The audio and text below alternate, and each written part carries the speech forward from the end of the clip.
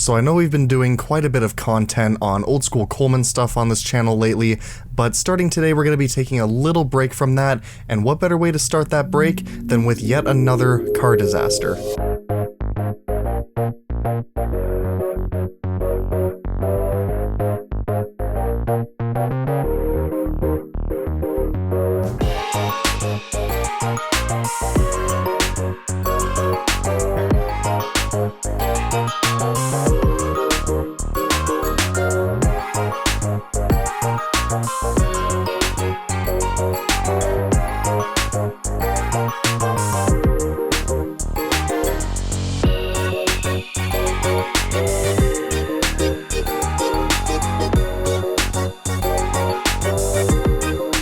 So we've actually got two stories for you guys in this little video right here. We're going to go ahead and start off with Josiah's 1996 Jeep Cherokee. Now you guys have probably seen this Jeep in countless episodes of Colorado Off-Road, and for him it's been a pretty good Jeep. You know, it's got front and rear diff lockers, mud terrain tires, I believe a 4 or 4.5 inch lift. He'll probably correct me in the comments on that one. The story starts after we finished shooting the video on the 1936 Coleman 220B Lantern. Josiah had just left my house and I was in the process of cleaning up the garage, you know, taking in the soft boxes, tearing down the camera and everything like that. As I'm doing that, I get a call from him. I answer the phone and say, "What'd you do? Did you forget something here?" And he was like, "Dude, guess whose engine just locked up?" And I basically just said, "Nah, really? You serious?" And he just goes, "Yeah, no lie, no joke at all.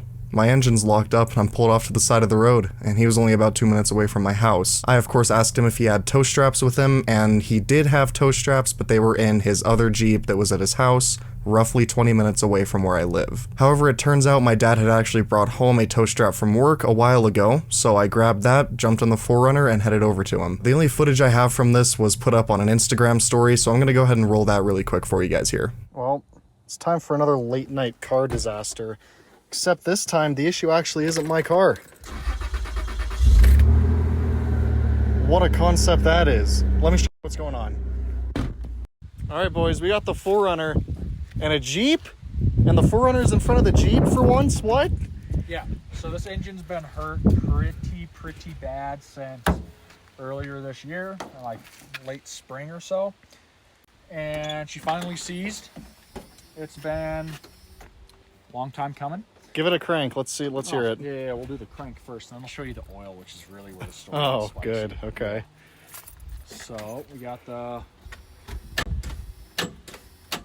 That's a throwback to Dan's freaking F-250, bro. It sounds exactly the same, except you didn't water hydrolock it. No, this poor thing had a case of... I don't actually know what it is. It didn't spit a rod through the pan or anything too exciting. See how it's nice and like... About that, I ran out of time there. And then you can see on my hand, like it's... I don't know how well you can actually see that, but it's not good. And then this was filled up properly the other week, and now it's high, and yeah, you can see it's kind of cloudy-ish, and it's just... It does not want to focus on the dipstick, but... Bunch of metal dust. Yeah. And yeah, you can just see. This is new oil. How many miles are on that oil? Probably less than 100. Yep, that's not a good sign right there. Happens. Oh yeah, I can't take this off because the plastic's messed up. All right. Well, it's honestly, I can't be too mad because it lasted me a fair amount more miles than I thought it would. That's true. I heard it pretty bad. I know exactly how, but she lasted longer than I thought she would. But it's sad. Now it's time to get a junkyard motor and get her going again. Yep, well, we're gonna get it hooked up and get it out of here. There's my Jeep. And there's Josiah's Jeep. See, I have this special power where I can like have feelings about the future, you know. I told Sam, oh, it'll make it home, because it was sounding loud. He said he could hear it from in his house. It was like it was like an industrial sewing machine, kinda. It was like that, or like a really loud typewriter or something. Yeah. And I was like, yeah, in my head, I was like, oh, I shouldn't say this because I know something's gonna happen if I do. I was like, whatever, it's gonna happen anyways. And I said, it's a 4.0, it'll make it. And then, like, a mile down 2 minutes away, like a mile or so. It just lost power and made a whole bunch of really bad noises and then seized. Yep. Well, there you go, boys. Usually it's this thing pulling the 4Runner out of something.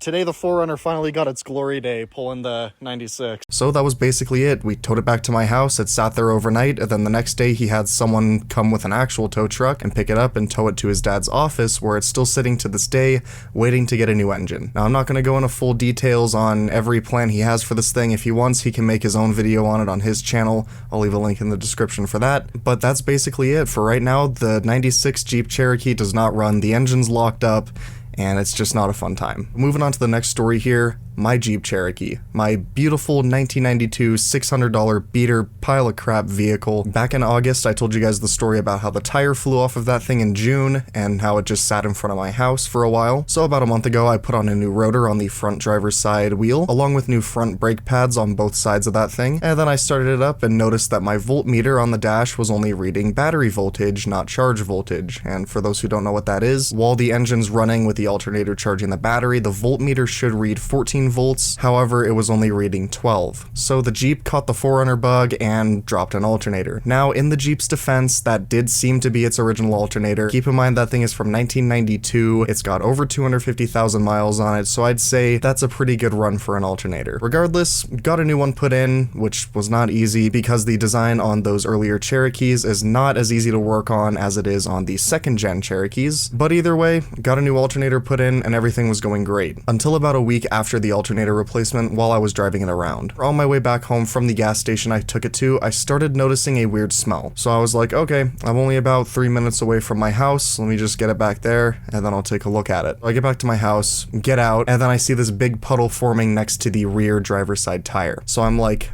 okay, I know the front diff leaks, but I don't think the rear diff leaks, and even if it was the rear diff, I don't think it would be that close to the tire. So I poke my head under there and notice that it's dripping gas right directly onto the tailpipe. The fact that that thing didn't light on fire is actually pretty impressive, although if I'm being honest, it would have been kind of a fun show, assuming it did actually light on fire in the right place where it wouldn't damage anyone else's property or hurt anyone, but either way, still glad it didn't light on fire. I looked at it a little bit closer and then realized it was coming out right by where the fuel pump is. Before I bought that thing, it did have a fuel pump replacement, however it was done basically entirely wrong. They used the cheapest fuel pump available for those Cherokees and most likely didn't put the seal for the pump in properly. So all it needs is a new seal. I actually have it here in the house, I just haven't had time to get it installed. There you go guys, just a little update on the Jeep Cherokee disasters we've been having. It's actually funny because this time the 4Runner for once actually hasn't had any issues lately. I know now that I said that, it's not going to start tomorrow,